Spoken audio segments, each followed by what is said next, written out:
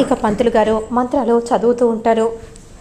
ఇక లక్ష్మి మనసులో ఇలా అనుకుంటూ ఉంటుంది, ఖచ్చితంగా నా ప్రేమ గెలుస్తుందని నాకు నమ్మకం, ఎలాగైనా ఆయనే ఈ పెళ్ళిని ఆపుతారు అని మనసులో ఈ విధంగా లక్ష్మి అనుకుంటూ మిత్ర వైపు చూస్తూ ఉంటే మిత్ర మాత్రం చాలా బాధపడిపోతూ ఉంటాడు.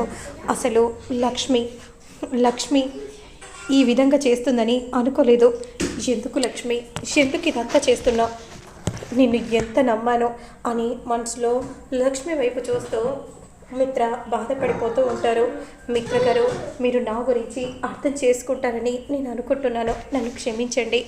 అసలు నా మనసులో మీరు తప్ప మరెవరూ లేరు, అసలు మరెవరికి కూడా చోటు లేదు మిత్ర గారు అనే విధంగా మనసులో లక్ష్మి అనుకుంటూ బాధపడిపోతూ ఉంటుంది. నా ప్రేమ నిజమైతే ఈ పెళ్ళి ఆగుతుంది, నాకు ఆ నమ్మకం ఉంది అని మనసులో అనుకుంటూ బాధపడిపోతూ ఉండగా ఇక మరోవైపు మాత్రం దీక్షితులు కళ్యాణ మండపానికి చేరుకుంటాడు. ఇక ఒక్కసారిగా ఆ కళ్యాణ మండపాన్ని అలానే చూస్తూ ఉండిపోతారు. ఇక మనిష సైగ చేస్తూ ఉంటుంది, ఆంటీ మీరు మాత్రం అనుక్షణం లక్ష్మిని గమనిస్తూనే ఉండండి ఆంటీ, ఎందుకంటే ఆ లక్ష్మి ఏదో ఒక రకంగా ఏదో ఒక ప్లాన్ చేసి ఈ పెళ్ళిని ఆపాలని చూస్తుంది. మనిషా, నేనున్నాను కదా, ఈ పెళ్ళి ఎవరొచ్చి ఆపినా కూడా ఆగదు, ఎందుకంటే ఈ పెళ్ళి అవుతుంది ఖచ్చితంగా, ఎవరు ఈ పెళ్ళిని ఆపలేరు అనే విధంగా దేవి అని అంటూ ఉంటుంది. మరోవైపు దీక్షితులు మాత్రం కళ్యాణ మండపానికి అడుగు పెడతారు, అలా నడుచుకుంటూ వస్తూ ఉంటారు.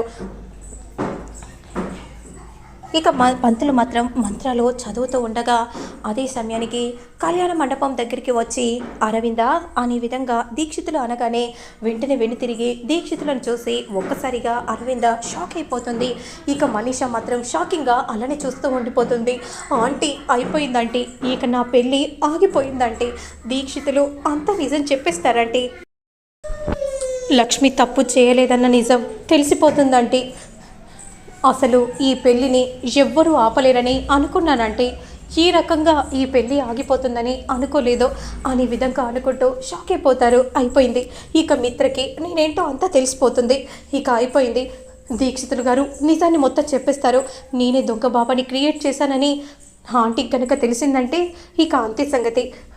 నన్ను అందరి ముందే చెప్ప పగలగొట్టి ఇక్కడి నుండి గెంటేస్తాడు, మళ్ళీ లక్ష్మికి మిత్రకి పెళ్లి చేసేస్తారు అని మనసులో అనుకుంటూ మనీష కంగారు పడిపోతూ ఉంటుంది. మరోవైపు సంజనకి స్పృహ వస్తుంది. ఏంటి, నేను ఇక్కడ ఇలా ఉన్నానేంటి, ఏమైంది, ఈరోజు అన్నయ్య వదిన పెళ్ళి కదా, అంటే నేను చెప్పిన మాట అన్నయ్య వినలేదు, ఎలాగైనా అన్నయ్యకు ఈ విషయాన్ని చేరవేయాలి, అసలు నాకెందుకు ఇవన్నీ కట్లు కట్టారు అనే విధంగా అనుకుంటూ వెంటనే ఆ కట్లను విడిపించుకోవడానికి సంజన ప్రయత్నం చేస్తూ ఉంటుంది. మరోవైపు మనీష దేవయ్య అని కంగారు పడిపోతూ ఉంటారు. అందులో అరవింద దీక్షితుల దగ్గరికి వచ్చి, దీక్షితులు గారు మీరా? అవును అరవింద, నేనే, ఎప్పుడు మీరు కనిపించలేదు, ఇన్నాళ్ళ తర్వాత మీ రాక అని ఈ విధంగా అనగానే, నా ఆరోగ్యం సరిగా లేదరవింద, మీ కొడుకు పెళ్ళి చేయదలుచుకున్నారు కదా, అందుకే వచ్చాను, మీ కొడుకు పెళ్ళి చూడడానికే వచ్చాను అరవింద అని విధంగా అనగానే ఒక్కసారిగా లక్ష్మి షాక్ అయిపోతుంది.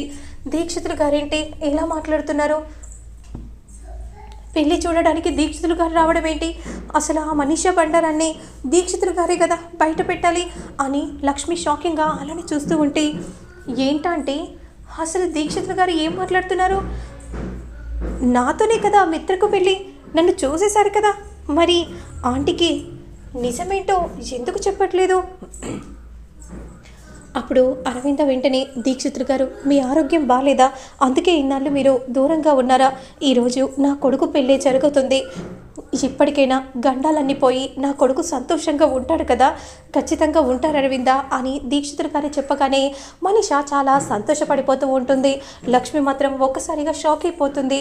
ఇక జయదేవ్ మాత్రం, దీక్షితులు గారు మీరేనా ఇలా మాట్లాడేది, నేనే మాట్లాడుతున్నాను, అయినా ఇందులో తప్పేముంది, వేరొక పెళ్ళి జరిగితే గండమని మీరే చెప్పారు కదా, నేనే చెప్పానా, నాకు ఇప్పుడు అవన్నీ గుర్తు రావట్లేదు అని దీక్షితులు ఈ విధంగా చెప్పగానే, అంటే లక్ష్మి ఇలా అనుకుంటూ ఉంటుంది, దీక్షితులు గారికి తనకు కాస్త గాయం అవటం వల్ల మొత్తం మర్చిపోయారా అని మనసులో అనుకుంటూ ఉండగా, అప్పుడు దేవయాని మాత్రం అమ్మయ్య తలకు తగలడమే మంచిదైంది, దీక్షితులు గారు గతం మొత్తం మర్చిపోయారు, ఇక మనీషా గురించి ఏమాత్రం గుర్తుపెట్టుకోలేదు.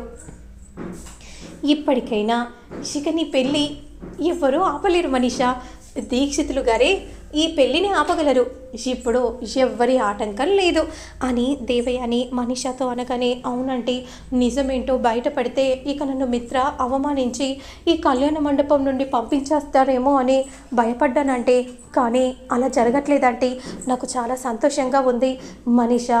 ఆ దేవుడు నీ పక్కనే ఉన్నాడు, నీ పెళ్ళి ఇవాళ చెయ్యదలుచుకున్నాడు, ఈ పెళ్ళి చేస్తాడు అని ఈ విధంగా దేవి అని అనగానే, thank you aunty, thank you so much అని మనీషా అంటూ ఉంటుంది. ఇక అప్పుడు అరవింద వెంటనే, సరే దీక్షితులు గారు మీరు ఇక్కడే కూర్చోండి అని అనగానే వెంటనే దీక్షితులు గారు కూర్చుంటారు. ఇక మరోవైపు మాత్రం సంజన ఆ కట్లను విడిపించుకొని ఎలాగైనా సరే కళ్యాణ మండపానికి చేరుకోవాలి అని అంటూ పరిగెత్తుకుంటూ సంజన వస్తూ ఉంటుంది.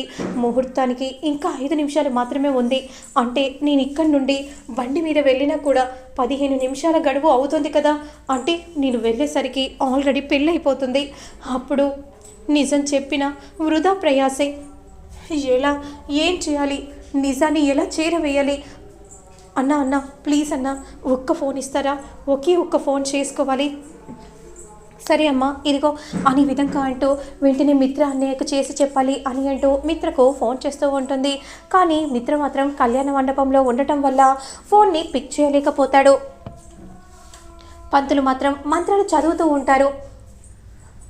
అంతలో ఏమైందమ్మా ఇంత కంగారుగా ఉన్నావు, నేను వెంటనే కళ్యాణ మండపానికి వెళ్ళాలి, కానీ ఇప్పటికిప్పుడు నేను వెళ్తే అక్కడికి చేరుకోలేను, ఏం చేయాలో అర్థం కావట్లేదు అని విధంగా అంటూ ఉంటే, నువ్వు చేరుకోగలవమ్మా, ముందు ఎక్కువ, ఇది హై స్పీడ్లో పోతుంది, నువ్వేం కంగారు పడకు, నేను అయితే 5 నిమిషాల్లో తీసుకెళ్తాను అని విధంగా అంటూ బండి మీద సంజన కూర్చుంటుంది. ఇక వెంటనే వివేక్ అన్నయ్యకి చేయాలి అని అంటూ వివేక్కి ఫోన్ చేస్తూ ఉంటుంది. అంతలో వివేక్ ఫోన్ లిఫ్ట్ చేసి, ఇది ఎవరిది, అన్నోన్ నెంబర్ నుంచి వస్తుంది అని విధంగా అంటూ వెంటనే కాల్ని కట్ చేయగానే, అయ్యో అన్నయ్య ప్లీజ్ అన్నయ్య ఫోన్ లిఫ్ట్ చేయ అన్నయ్య అని విధంగా సంజన మనసులో కంగారు పడిపోతూ ఉండగా, అంతలో హలో ఎవరండి అని అనగానే, అన్నయ్య నేనన్నయ్య నేను, హలో ఎవరు, సంజన అన్నయ్య, సంజన నువ్వు కళ్యాణ మండపంకి రాకుండా ఎక్కడ ఉన్నావు, ఏమైపోయావు అని విధంగా అంటూ ఉంటే, అది అన్నయ్య నీతో ఒక ముఖ్యమైన విషయం చెప్పాలి, ఏంటి సంజన నువ్వేం మాట్లాడుతున్నావో సరిగా అర్థం కావట్లేదు, అన్నయ్య ముందు కళ్యాణ మండపం నుండి బయటికి రా అన్నయ్య, నీకు చెప్తానన్నయ్య అని విధంగా అంటూ ఉంటే, సంజన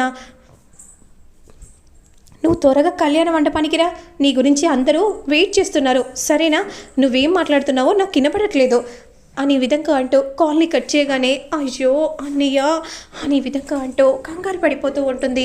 మరోవైపు పంతులు గారు మాత్రం ఇక భజంత్రీలు వాయించండి అని విధంగా అనగానే వెంటనే భజంత్రీలు వాయిస్తూ ఉంటారు. ఇక మిత్ర మనీష మెడలో తాళి కట్టబోతూ ఉంటే, సంజయ్ లక్ష్మి మెడలో తాళి కట్టబోతూ ఉంటే, ఇద్దరు అలానే చూస్తూ ఉండగా అదే సమయానికి 3 ముళ్ళు వేయబోతూ ఉంటే, ఆపండి అని అంటూ సంజన రాగానే అందరూ షాకింగ్గా చూస్తూ ఉంటారు. అన్నయ్య మనీష మెడలో తాళి కట్టడానికి వీల్లేదన్నయ్య అని అనగానే, అప్పుడు అరవింద వెంటనే, ఏంటి సంజన ఏమంటున్నావు, అప్పుడు దేవయాని మాత్రం నీకేమైనా పిచ్చి పట్టిందా, ఇలా పెళ్ళి నాపుతున్నావేంటి, అమ్మా నీకేం తెలియదమ్మా, అసలు వదిన తప్పు చేయలేదన్నయ్య, నేనే తప్పు చేశాను అని విధంగా అనగానే అందరూ షాకింగ్గా అలానే చూస్తూ ఉంటారు. అసలు అభాషణ అయింది వదినకు కాదన్నయ్య, నాకే అయిందన్నయ్య, వదిన అసలు కడుపుతోనే లేదు, ఎలా అభాషణ చేయించుకుంటుంది అని విధంగా అనగానే ఒక్కసారిగా అందరూ షాక్ అయిపోతారు. ఇక తాళిని వెంటనే మిత్ర క్రింద పడేస్తాడు.